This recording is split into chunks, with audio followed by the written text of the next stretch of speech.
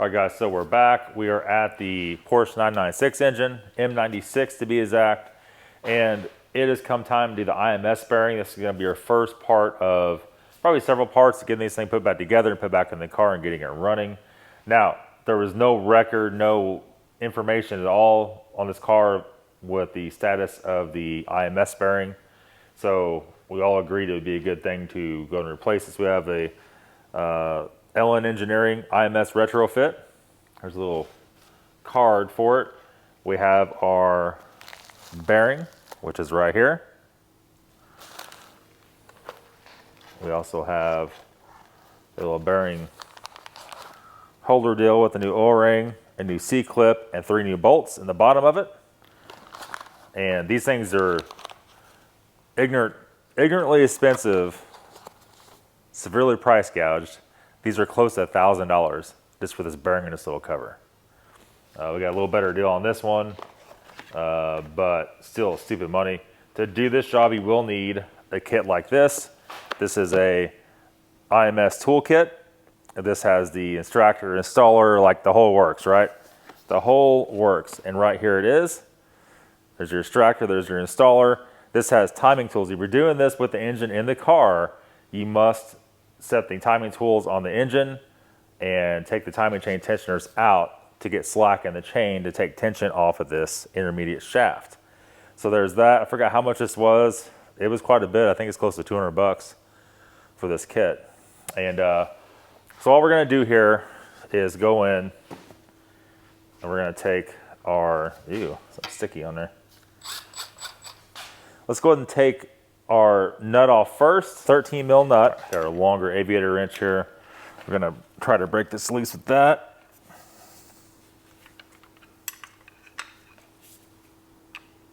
Hold our center screw. There we are.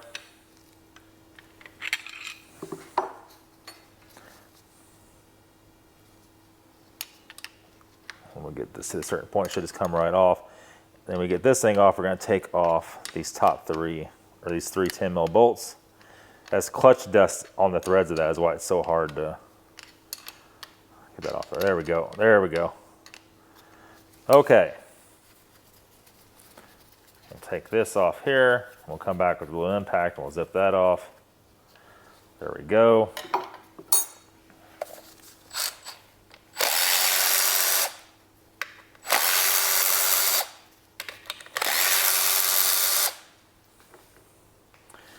All right, and the procedure for this was, I'm on the wrong side, can't see nothing. Can't see nothing, boys. We have 2 little pry bars. They didn't make a special tool to pry this off, but you don't need that.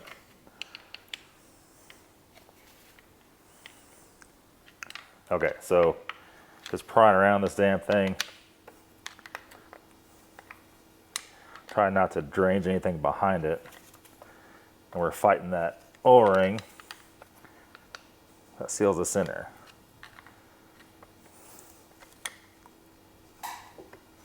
Come on. Come on. There it is. There it is. Jesus. Jesus. Okay, there we are. O-ring still intact. That is a lot different setup than the factory bearing. So now, do we have the snap ring? We do not have the snap ring in this one.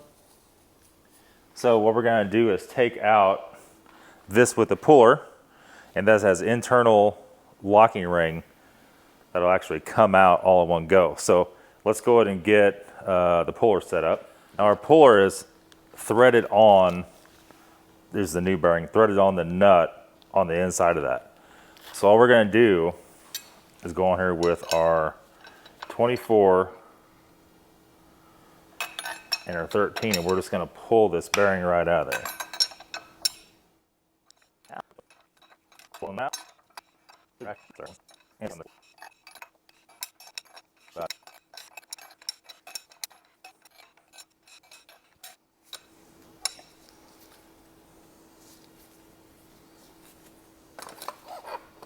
she is.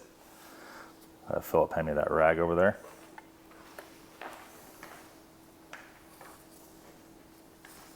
Ew. Nasty, huh? It's a lot of oil. And if you notice, that oil is actually not mixed with coolant in there at all. All right, let's clean up this mess. I'll come back, we'll show you the bearing. This is the old bearing. This has a built-in like hog ring, where the new one has a snap ring. You put in the pliers. The old one you can see is sealed. It doesn't feel too bad, but this is the old style bearing. But these are sealed, so it does not run off the engine oil. It's just the older style. And then the new one has a lock ring, like I said, you put on the pliers, and that one turns much easier with the open face. So engine oil can actually cool the bearing so it doesn't go out. So was this one bad? No. Would have went bad? Probably. The car's super low mileage, so it probably definitely would have. It's just so unfortunate this is such a common failure on these cars, and it's so expensive because the manufacturers know it's a common failure, so they jack the price way up. So we'll put our old one back in here. We're gonna set our other tool up here that presses it in. Let me show you. We'll take the nut off of this. This will basically go on there, and then we'll use a rubber mallet, and we're just gonna drive it in until we're good with our O-ring on the inside. And then we'll get a snap ring pliers to put the O-ring in. Using our dead blow. Keep one O-ring. There. I felt the clip my finger, boys. Last thing you do is smash your finger between that and that. That's what we call not a good time.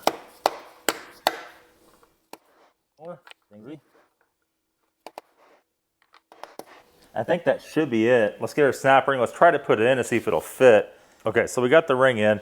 I'm not sure why they use that kind of ring and not just a regular snap ring. Every video we looked up only had the snap ring. You use a pair of pliers on and you pop it in, right?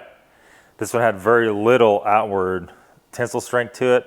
So you basically just hook one edge in, feed it around by taking a little screwdriver and tamping it, make sure it's all in, and you spin it and it goes in and locks in the slot.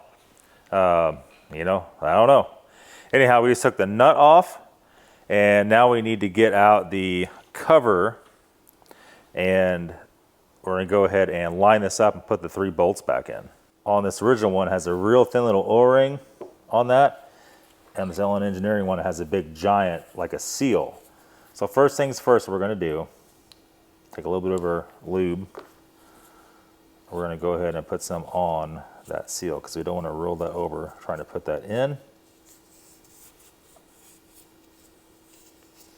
And that is non-petroleum. So we're gonna look at this here, and we gotta clock this right position. It's gonna be this one right here. So rubber mallet at. We're gonna start tapping this in very gingerly. And you saw me kind of hitting like this. I was trying to get the line up. So we've actually got it.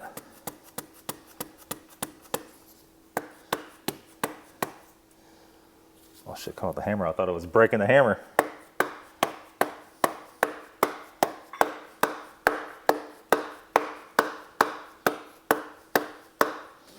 Got lined up. Now we're gonna have to tap it a little bit this way. We have brand new bolts to go in to replace those 10 mils that were out. And the torque on any 10 mil bolt is about 7 foot-pounds.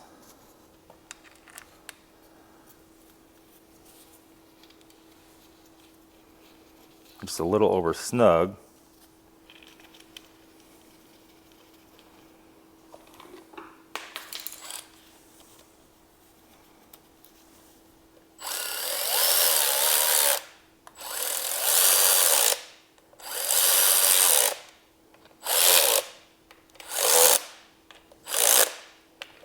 Stop, just a hair more. Not careful not to overdo it. You snap one of those off in there, she's gonna be a problem, boys. Okay, so that's all done. Now we just gotta put her other nut on. A little drop of Loctite on this bad boy. And this only gets torqued to 7.5 foot-pounds, which is the same as the 10 mils. So we know pretty much exactly where 7.5 foot-pounds is.